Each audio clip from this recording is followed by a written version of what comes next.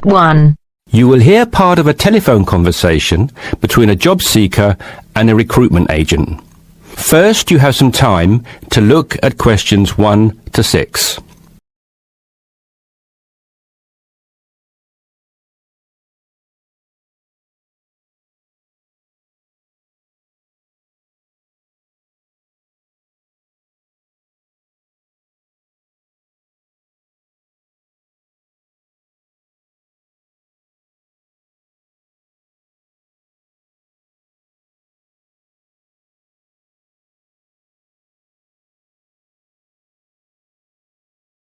You should answer the questions as you listen because you will not hear the recording a second time.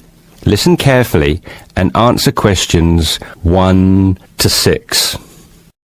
Yes, so that's Janet Thompson.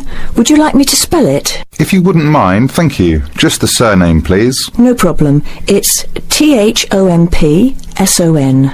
Great. Now, Janet, before we go through the openings I have here in front of me, might I just take a few more details to complete your profile on my system? Of course. What would you like to know? Well, let's start with your email address, please. OK, janthompson@hort.net. I see. Is that Jan as in Jan? No, that wasn't available. I had to make do with Jann. Here, let me spell it for you again, just to be sure. JANNTHOMPSON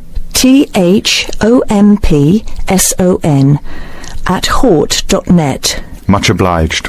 And could I ask, do you have your referee details to hand? Yes, what do you need? I need one work reference and one character reference from a friend or colleague.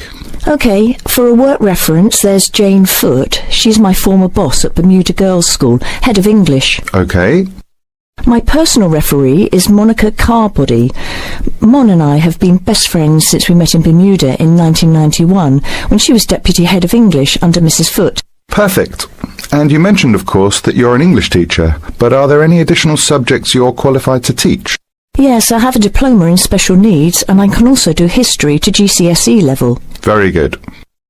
Before listening to the rest of the conversation, you have some time to look at questions 7 to 10.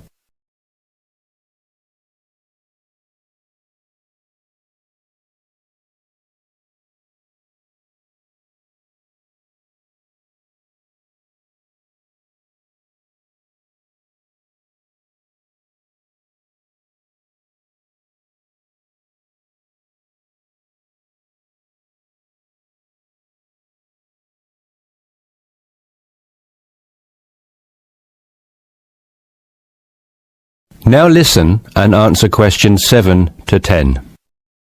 Do you think I stand a good chance of finding something? Oh, better than good. In fact, we have some positions we can offer you today. You see, it's not so difficult to find a temporary role. Tell you the truth, there are plenty of them around, but getting a permanent position will prove a little more trying, though. Would you be prepared to take up a position short-term? Of course, anything that pays. Excellent. Well, there are 3 positions that I can offer you right now. The first is a teacher of English in LaSalle School. I'm sure you know it, right in the city centre. Yes, near where I live, actually. Even better. Well, it's a 6-month contract, and the very attractive thing about this role is that the head of English at LaSalle will, if she's satisfied with your performance after 6 months, offer to make you a permanent member of staff. Wow, that's food for thought. It certainly is, bearing in mind what I said before about how hard it is to find a permanent role. The second position I have to offer you is in a school near Chelsea.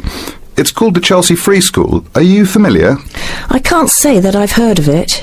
Well, this contract is for 1 year, which is a lot better, looking at it from a short-term job security perspective, than the first role I mentioned.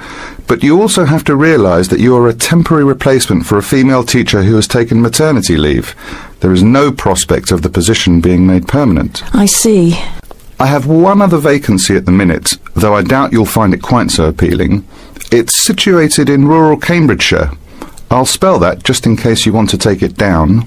CAMBRIDGESHIRE. And the school simply goes by the name Cambridge, though it's not in any way related to the other more well-known establishment of the same name. I was just going to ask that. What a lovely location, though, eh? Yes, but there's a catch. It's only a 6-week contract to cover for someone on extended sick leave. I see. Well, I guess that's ruled out then. What sort of salary can I... That is the end of part 1. You now have half a minute to check your answers.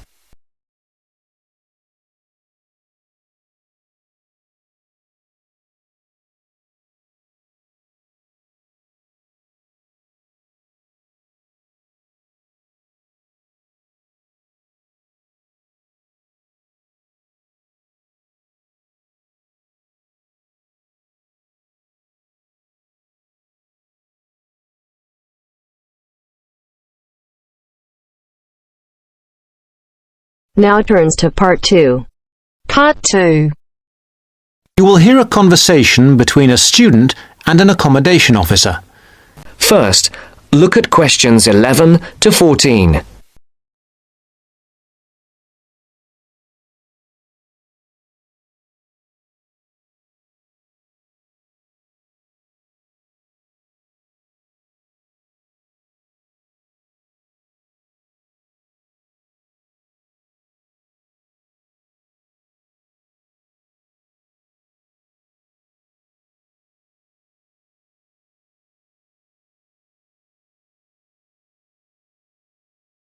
Listen carefully and answer questions 11 to 14. Well, you have left things a bit late. Have you tried looking for somewhere in Newbridge? Newbridge? No, I haven't. I've never heard of Newbridge. Well, let me show you. I've got a map here. Here's where everything is. You come into Newbridge over the bridge, and the main road in front of you is, surprisingly enough, the High Street. This is one of the main streets. And branching off to the left, you can see there, is West Street. That is another busy part of town. I see. Now, as I was saying, here is the High Street, and here is West Street going left. Now, if you go along West Street, the first place you come to on your right is the supermarket. It's not a very big one, but it's got most things you're likely to need. Next to it, there's the Old Town Hall.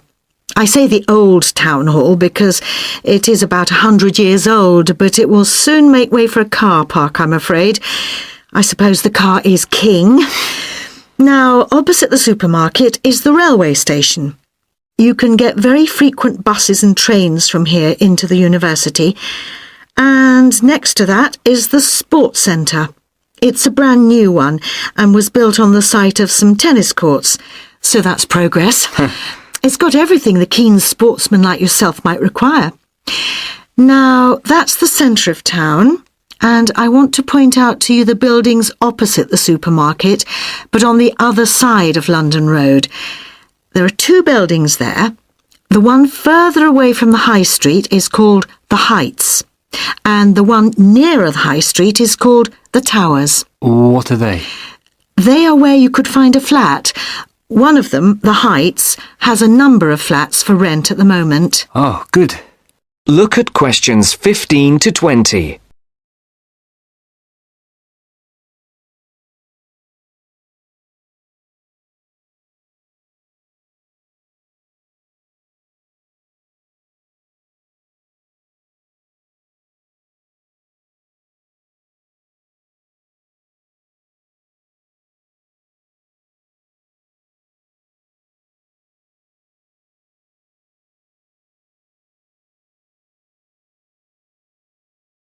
You will now listen to the second part of the talk.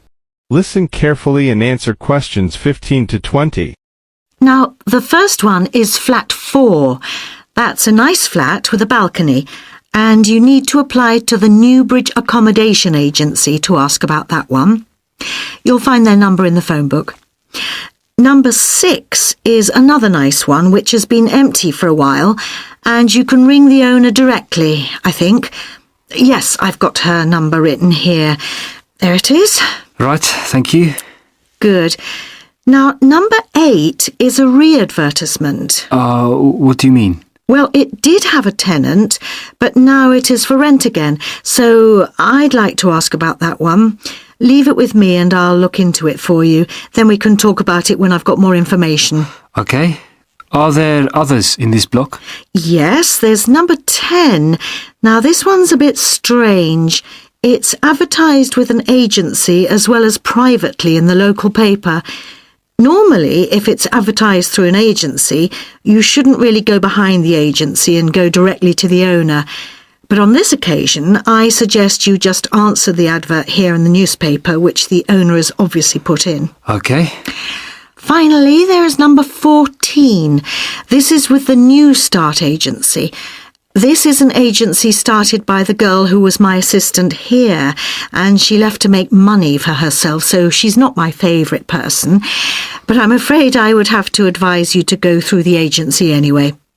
Again, their number is in the phone book. All right, is that something for you to be starting with? That's great.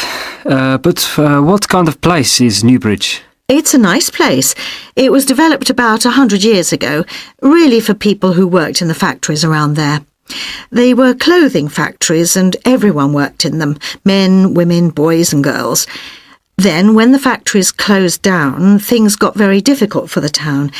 There was a huge amount of unemployment until a few years ago when, in the telecoms boom, a company making mobile phones started up. I think your phone was made in Newbridge. And now this company employs most of the people in the town. There are new housing estates on the edge of the town, but they're mostly occupied by young families, and there isn't much student accommodation there. Most flats and so on are in the centre. That sounds good. Well, let me know how you get on. Yes, of course. Thank you. Bye. Bye. That is the end of part 2. You now have half a minute to check your answers.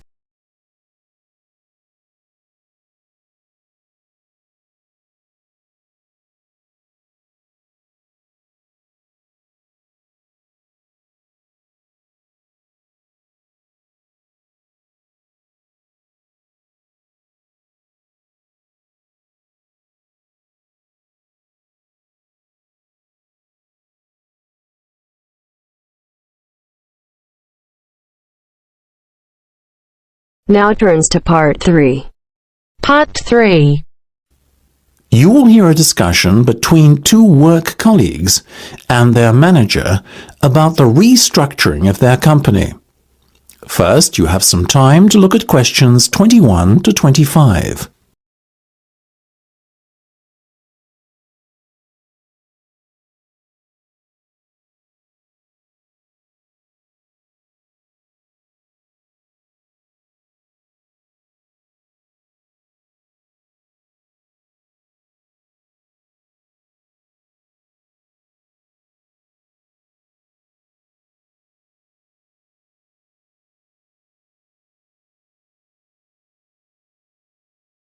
Now listen carefully and answer questions 21 to 25. Come in, both of you. I believe you wanted to talk to me about something, is that right? Yes. Basically, all the staff are concerned about what the restructuring of the company is going to mean for them. None more so than myself and Nam, as we are the newest members. As I said to all staff at the meeting last week, there's no cause for concern. There will be no compulsory redundancies. All redundancies will be on a voluntary basis. Yes, we understand that, but to tell the truth, we just want a little reassurance that our jobs are safe. Look, Anne and Penny, the company isn't going to be short-sighted and let its bright young minds go. Besides, we've already met our target for the number of voluntary redundancies we want to secure. In fact, there's a waiting list. You know as well as I do that the age profile of staff at this company needs to come down. A lot of our employees are close to retirement age and are just going through the motions until they can take their pensions. That's why we decided on this redundancy initiative. We want to encourage those that would be happy to leave to do so and employ younger, more motivated staff. I guess that makes us feel a little better, but we're also worried about the upcoming salary review. What will it mean for us? Given the fact that the company's motivation for this restructuring initiative is not to cut costs, again, you needn't be worried that there will be a negative effect on your salaries. We are running a very profitable business and we will reward our top performers in the upcoming review. Both of you fall into that category, so you can expect a healthy bonus and salary increase. Simple as that. That's good to know. Another thing on our minds was the fact that with all these voluntary redundancies happening in the next few months, there will be a lot of positions opening up higher in the company. What we were wondering is, will the recruitment drive be an internal or an external one? Obviously, we will recruit internally where possible. That has always been company policy. So, if you're asking me will there be opportunities to gain a promotion in the near future, then the answer is very definitely yes. The type of candidate we would be looking for has a proven track record and is performance-driven. How can we improve our chances of getting promoted then when the opportunity arises? Well, in the meantime, be prepared to take on additional responsibilities, especially those relating to the management of other members of staff. Obviously, the higher up you go in the company, the more involved you'll be in managing people. What the management team is looking for then is proof that you can work effectively with and manage other members of staff. Before you hear the rest of the discussion, you have some time to look at questions 26 to 30.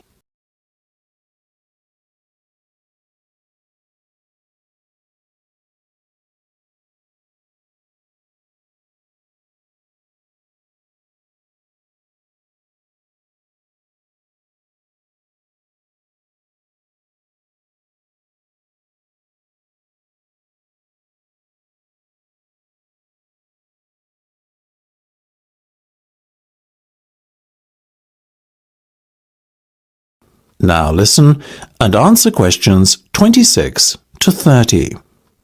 One more thing. Go on. This project you've given us to manage, is it a test of our abilities? I guess you could say it is a test of sorts, but look at it more as a chance for you to prove yourselves. Actually, now that I have you both here in private, can we talk about that a bit? Of course. Okay, Penny, let's start with you. Has the timescale been agreed yet? Yes.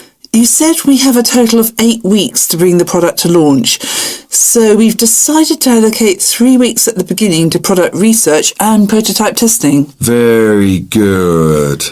Then after that, we are going to spend a further 3 weeks formulating our marketing strategy and doing some research and testing on a sample of the target market itself to get some feedback. And presumably the last 2 weeks will be devoted to the launch? Exactly. Now, let's talk estimated costs. Well, you've given us a total budget of £100,000. Of that, we're allocating 50% to product development and testing, a further 25% to marketing, and £25,000 will be spent on the launch. Penny, give me a breakdown of the launch costs, would you? Sure. £10,000 will be spent on hiring and decorating the venue, £10,000 will be spent on promotional work, and the remaining money will be used to pay for catering and administrative costs. I'm very happy with that, to be honest. As I said, you guys should stop worrying. You're doing a fantastic job, so keep it up. That is the end of part 3. You now have half a minute to check your answers.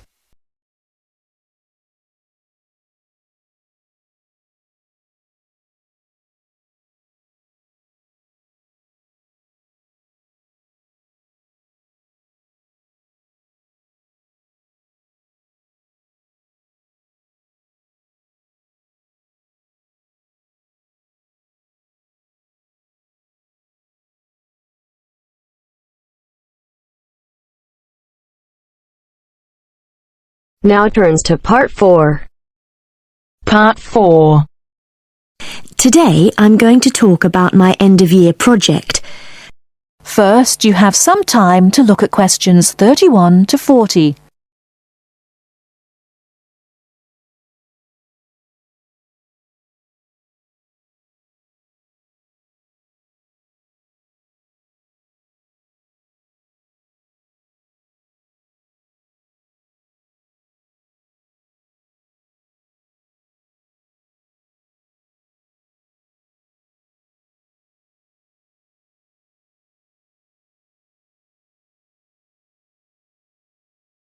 Now listen carefully and answer questions 31 to 40. Good morning. Today I'm going to talk about my end-of-year project. I wanted to find out why men and women tend to perform at different levels in particular sports. Let me start by explaining why I chose this subject. Now, as some of you may know, I'm an enthusiastic long-distance runner myself, but I have never felt particularly worried about the fact that I usually finish several minutes behind my male counterparts. How it all started was when a first-year student approached me because he'd read an article about why women swimmers never compete successfully with men and wondered if I could look into the issue in regard to running. My tutor confirmed that a lot of interesting research had been done on this issue, and also I knew that whatever I found out was likely to be useful in training programs I run at a local girls' school. So, I started doing some preliminary reading, and what I found out was a mixture of the expected and the unexpected. It didn't come as all that much of a surprise to learn that male runners have more muscle and women more fat, and this accounts for most of the difference in sports performance between men and women. This is normally caused by differences in hormones. A male hormone, testosterone, builds muscle, whereas a female hormone, estrogen, causes fat to accumulate. Of course, this was something that we learnt about very early on in sports science. But then I began reading about the nature of muscle, and this is where I found something that did surprise me. Men and women have exactly the same type of muscle fibers, which means that they are capable of fuel burning at the same rate. I was also reading some very interesting research on differences between the average height of men and women. We all know, of course, that men are much taller on average than women, but what this means is that women actually work much harder because they have to take a lot more strides to cover the same distance. I hadn't understood that before I read this research. So, I set up my own small-scale research project to investigate some of these points and a few others. I asked for men and women volunteers from the university running club, and I timed their speed in a race. Then I worked out proportions by dividing a person's running time by their height. And what I found was that by this measure, men were only slightly ahead of the women. For my second experiment, I put weights on the men's shoulders so that the men and women would have the same height-to-weight ratio. I found that under these conditions, the women actually ran faster than the men. In my last experiment, I decided to look at what is called elasticity by measuring how high the men and women could jump. And I found that my male and female participants had equal levels of jump. That is the end of part 4. You now have half a minute to check your answers.